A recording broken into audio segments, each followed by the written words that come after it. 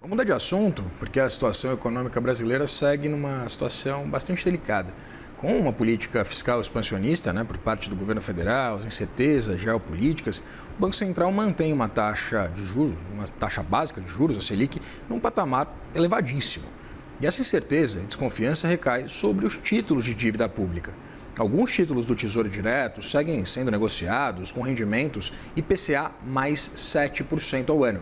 Esse patamar é considerado insustentável por players do mercado. Para a gente repercutir esse cenário, a gente conversa agora com Otávio Oliveira, gerente da tesouraria do Banco Daicoval. Otávio, seja muito bem-vindo. É um prazer ter você aqui. Maravilha, bom dia. O prazer é todo meu. Otávio, eu queria começar te perguntando, quando o mercado fala em insustentabilidade de títulos pagando IPCA mais 7, eu queria entender que tipo de risco é vislumbrado. É risco de calote? É algum tipo de risco de uma dominância fiscal? Eu queria entender exatamente que risco, sobre quais riscos a gente está conversando. Perfeito. Primeiro de tudo, a gente tem que olhar a questão do que é efetivamente os juros futuros que a gente negocia no mercado e as consequências disso que acabam refletindo também na questão dos títulos que pagam IPCA+. No final das contas, todos esses títulos públicos, no frigir dos ovos, não deixam de ser empréstimos que players, seja pessoa física, jurídica, institucional, não importa, fazem para o governo paga esse empréstimo de volta em N modalidades e prazos distintos, mais um cupom, mais uns juros em cima. Esse modelo de títulos públicos, ele reflete justamente a confiabilidade e o risco intrínseco da economia. Isso vale para o Brasil como qualquer outra economia, seja aqui ou fora, não importa. O ponto aqui é o seguinte: o Brasil ele conta hoje com um dos maiores juros reais do mundo, dentro de uma economia organizada, uma economia minimamente operante.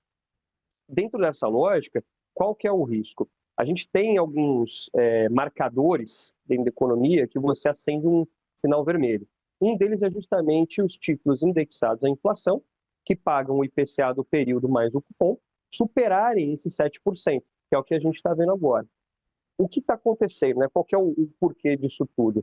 A gente tem uns reflexos atualmente nos juros futuros, que fazem com que cada vez mais o investidor perca essa confiança no Brasil, de forma geral, e o Brasil cada vez mais tem que pagar mais juros em cima para reter esse empréstimo e reter mais dívida desse investidor.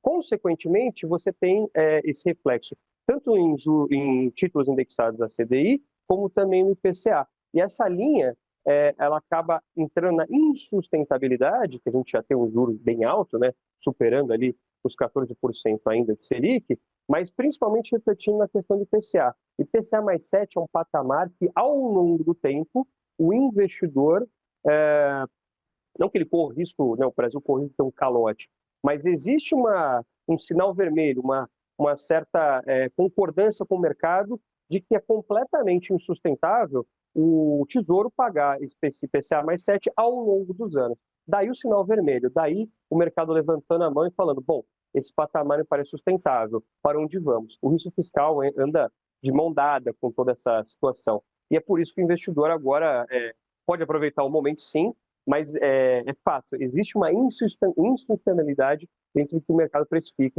para esse tipo de tesouro, para esse tipo de título que está pagando, no caso, o IPCA mais 7. Otávio, e eu acho tem um aspecto que eu acredito que seja bastante relevante a gente trazer para essa discussão. Você menciona esse incremento do nível de dívida pública e principalmente do pagamento de juro da dívida por parte do Tesouro Nacional.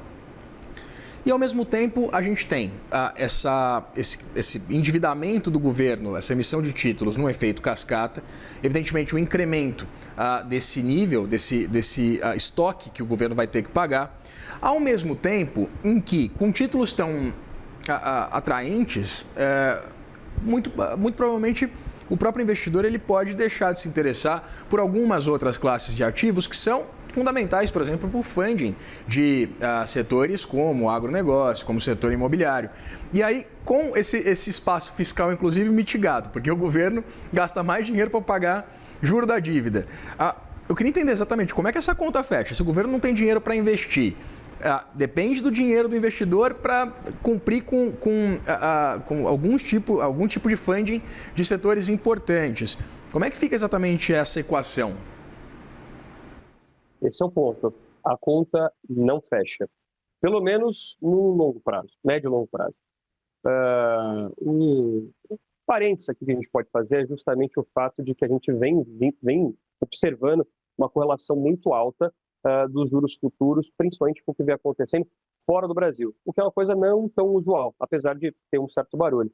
E justamente essa questão de correlação com os níveis de petróleo, né, o preço do barril, até porque o barril, o petróleo, né, enfim, ele tem uma grande responsabilidade na cesta de inflação de N países. E, obviamente, uma inflação mais alta, um petróleo mais alto, uma inflação mais alta, você teria que ter um juros mais alto para justamente combater essa inflação. Agora, voltando à sua pergunta, essa conta realmente não fecha ao longo do tempo.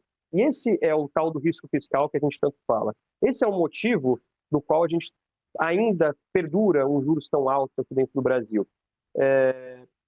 Naturalmente, o governo precisa fazer uma certa lição de casa, independente do partido, do governo, enfim, para justamente sanear essa questão. Além disso, você tem agora uma série de programas sociais, bolsas, enfim, benesses, né, de ampla penetração ali dentro da economia que o governo está fazendo, justamente no ano eleitoral. Isso não é exclusividade desse governo, todos os governos em ano de eleição sempre fazem isso. E você tem ainda mais um aperto fiscal, mais contas públicas, e você tem que financiar essa dívida pagando mais juros. Perceba que o ciclo ele se mantém, ele perdura, ele continua. E, naturalmente, se nada é feito, por mais pujante e estruturada que é a economia, a conta chega. E esse é o temor de todos os investidores. Otávio, a gente vem discutindo aqui, o Banco Central tem espaço ou não tem espaço para dar vazão, dar continuidade a um ciclo de corte dos juros, pressão do preço dos combustíveis, etc. Só que quando a gente olha para títulos mais longos, com prêmios tão elevados, né, apontando para a perspectiva de manutenção de uma taxa de juro real ainda bastante significativa, eu queria entender exatamente o que esses impactos, principalmente se a gente olhar para a ponta mais longa da curva, ele apontaria exatamente sobre essas perspectivas em torno da possibilidade de, quem sabe, a gente voltar a ter, por exemplo, uma taxa básica de juros de um dígito só. Sim, sim. Esse é o grande objetivo, não só do mercado, mas, não tenha dúvida, de qualquer diretor, presidente, ou qualquer pessoa que sente na cadeira do Banco Central. Os juros altos em si não são um problema. O problema é justamente a questão do juro real. Esse desconto pela inflação e, efetivamente, esse juro muito elevado, principalmente comparado aos outros players, né, seriam economias comparáveis à economia brasileira, mostra que o Brasil está efetivamente fora da curva, né? Está realmente bem mais alto do que economias parelhas. Agora, o juro, no final das contas, ele reflete a capacidade de pagamento ao longo do tempo.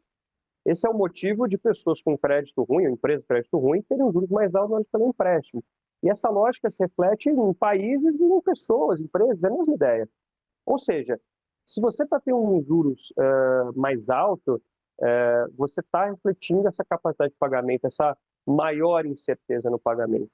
E, obviamente, os perigos, digamos assim, né, os principais problemas, eles aparecem na curva longa, que é a curva que mais vai sofrer variação ao longo do tempo, justamente porque ela vai perdurar mais.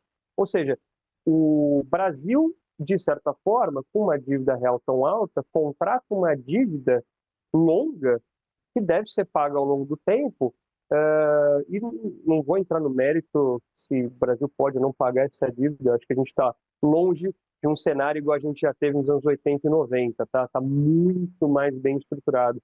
Eu tranquilizo qualquer investidor que tem esse problema nesse instante. Mas é algo que suscita atenção. Se algo não for feito, em alguns anos, independente do governo, tá? A gente provavelmente poderá ter algum tipo de discussão com relação a como financiar essa dívida. Então, o quanto antes o governo, qualquer que seja, entrar ali e sentar na cadeira em 2027, é algo que tem que ser endereçado para ontem, porque é uma bola de neve. Quando a gente notar que o problema está muito grave, pode ser que a gente tenha que tomar medidas mais urgentes que vai afetar toda a economia e todos os cidadãos. Pois é um risco crescente. A gente conversou com Otávio Oliveira, gerente da tesouraria do Banco Daicoval. Otávio, muito obrigado pela disponibilidade de conversar com a gente. Maravilha, eu agradeço. Um bom dia a todos. Bom dia, até mais.